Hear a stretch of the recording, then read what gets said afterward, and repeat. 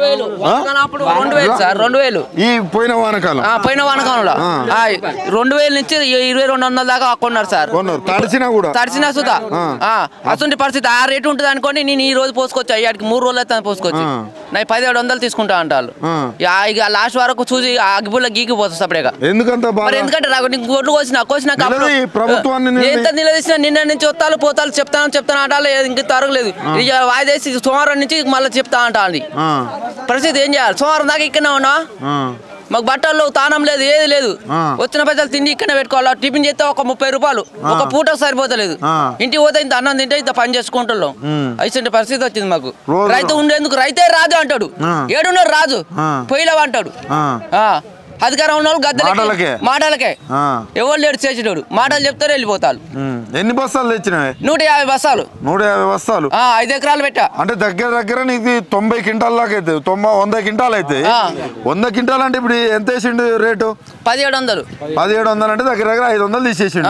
అంటే దగ్గర నీకు 100 క్వింటాలకు 500 తీసేసిండు అంటే 50,000 నష్టం. ఎవడు ఇవ్వాలి నీకు 50,000? ఎవడిస్తాడు?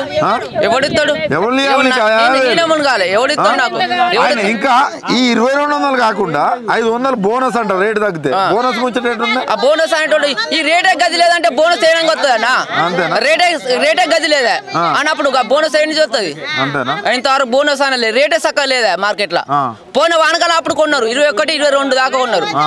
ఇప్పుడు ఏంది 1500, 1600, 1700. అప్పుడు ఇంకా పచ్చిగా ఉంటాయి. అసలు వాటికి రేటు పెట్టిలో ఇసుంటి వాటికి ఇప్పుడు రేటు పెడతలేరు. ఐకేప్ సెంటర్ అని పెట్టిలో ఇంతవరకు కాంటాలు అయితే జోకులు లేదు, ఊళ్ళో భారతనే రాలేదు. ఇక ప్రభుత్వం ఉండేందుకు లేకేందుకు. ఇప్పుడు ఏం చెప్తావు మరి ప్రభుత్వానికి? ఏం చెప్పేది ఉంది? లాస్ట్ వరకు ఎవరు కొనబోతే సపరేట్గా వదిలిపెట్టిపోతారు. ఆ సాములంతా అంతే కాలు పెట్టిపోతారు. ఎవరు వచ్చి అధికారంలో ఎవరు ఉంటారో వాడు వచ్చి వ్యవసాయం చేసుకుంటాడు. ఎవరు వ్యవసాయం సీఎం కూడా రైతేనట. రైతు అయితే మరి గోసా బాగా తెలుతా మరి ఏది బోనస్ అనే రేట్లు మరి రైతులకు పెంచాలంటే ఏది? ఎవరు బతికిస్తాను?